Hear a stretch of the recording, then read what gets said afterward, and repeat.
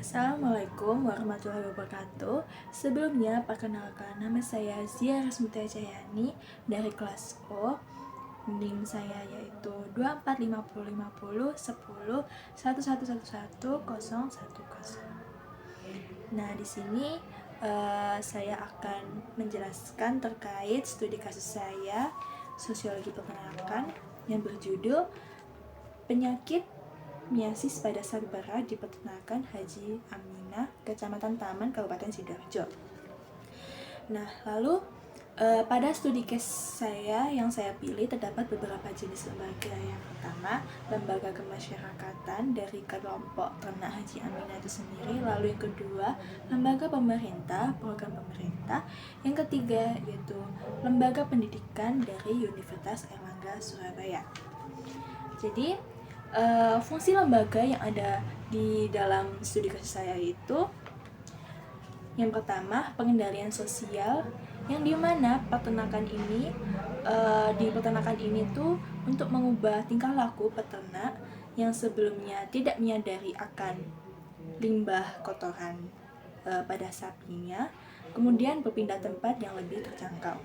Lalu yang kedua, pemenuhan kebutuhan dasar yang dimana pada program pemerintah ini sendiri maupun dalam kelompok pengabdian masyarakat ini sendiri berfungsi untuk membongkar serta membangun agar memberikan hasil yang positif.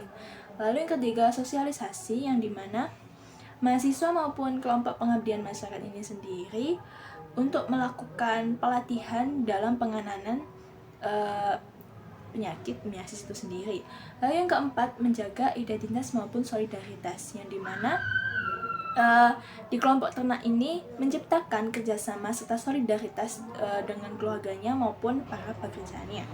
Lalu yang kelima, penyelesaian konflik, yang dimana di sini untuk menangani dalam pelatihan untuk memberikan tata cara bagaimana cara pencegahannya.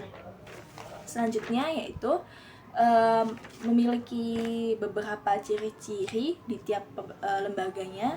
Nah, di sini tuh ada 3 lembaga: kemasyarakatan, pemerintahan maupun pendidikan. Di sini saya akan menyebutkan ciri-cirinya 3 saja ya. Nah, ciri yang pertama dari lembaga kemasyarakatan itu sendiri dilihat dari tata kelakuannya, yaitu mampu menciptakan kerjasama serta solidaritas dalam keluarga. Lalu yang kedua, memiliki kekekalan, yang dimana berfungsi untuk secara jangka panjang dalam memenuhi kebutuhan. Lalu memiliki tujuan yang sesuai fungsi, yang dimana dapat mensolidaritaskan dalam pengelolaan peternakan maupun bekerjasama dalam meningkatkan produk ternak. Lalu yang kedua, dari lembaga pemerintah ini sendiri saya akan menyebutkan 3 ciri. Yang pertama, dari tata kelakuan itu sendiri untuk mengatur peningkatan terhadap produk hasil ternak. Lalu yang kedua, memiliki kekekalan, yang dimana berfungsi dengan mengedepankan pelayanan masyarakat. Lalu yang ketiga, memiliki tujuan yang sesuai dengan fungsinya, yaitu berjalan dengan kebijakan berlaku untuk memenuhi permintaan masyarakat. Lalu yang ketiga, di lembaga pendidikan ini sendiri saya akan menyebutkan 3 ciri. Yang pertama, memiliki tata kelakuan, yang dimana untuk mengatur PBM maupun mahasiswa. Lalu yang kedua, ciri yang kedua, memiliki kekekalan, yang dimana dari ciri umum lembaga pendidikan ini sendiri terdiri dari beberapa angkatan serta penting untuk memelihara karena berfungsi bagi masyarakat. Lalu yang ciri ketiga yaitu memiliki tujuan yang sesuai dengan fungsi untuk menghasilkan akademis maupun meningkatkan SDM di bidang pendidikan. Lalu ada beberapa alasan hal yang dianggap penyimpangan di dalam studi kasus saya.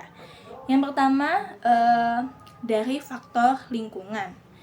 Di faktor lingkungan ini sendiri, di peternakan ini tidak diperhatikan dengan baik, sehingga manajemen kandang ini menjadi lebih buruk. seperti itu. Lalu yang kedua, melanggar norma yang tidak dapat persetujuan sosial, yang dimana maksudnya pada mulanya berdirinya peternakan ini itu mendapati banyaknya kritikan maupun teguran sehingga dapat menyebabkan sedikit masalah dari peternakan itu sendiri.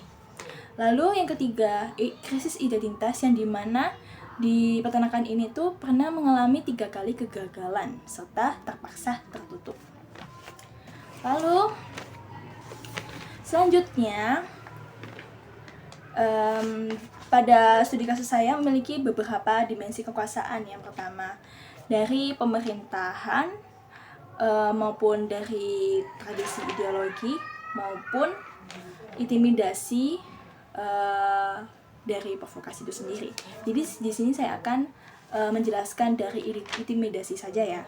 Jadi di sini yang paling saya rangkum di sini tuh pada mulanya dari intimidasi ini sendiri, peternakan ini mendapati yang sebelumnya saya jelaskan, beberapa teguran maupun kritikan dari masyarakat, yang sehingga dari beberapa kritikan itu sendiri dapat menyebabkan peternakan ini sendiri mendapati teguran itu sendiri.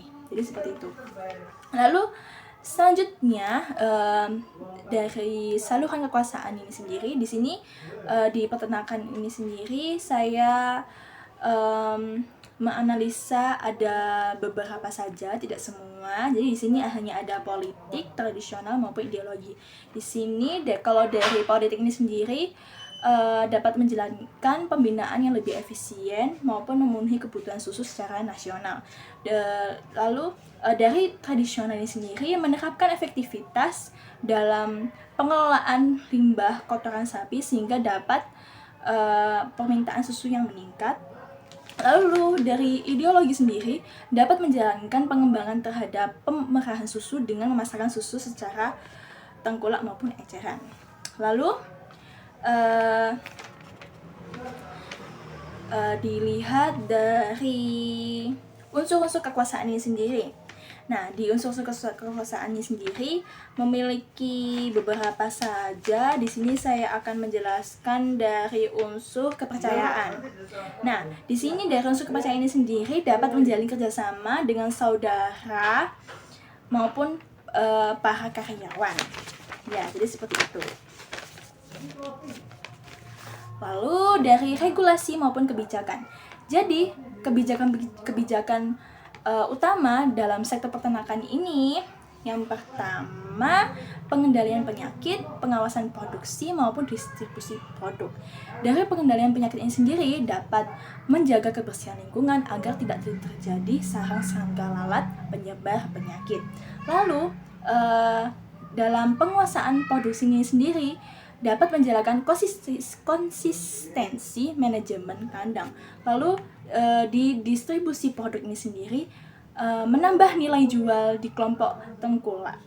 Jadi seperti itu. Lalu kendala yang dihadapi peternak ini sendiri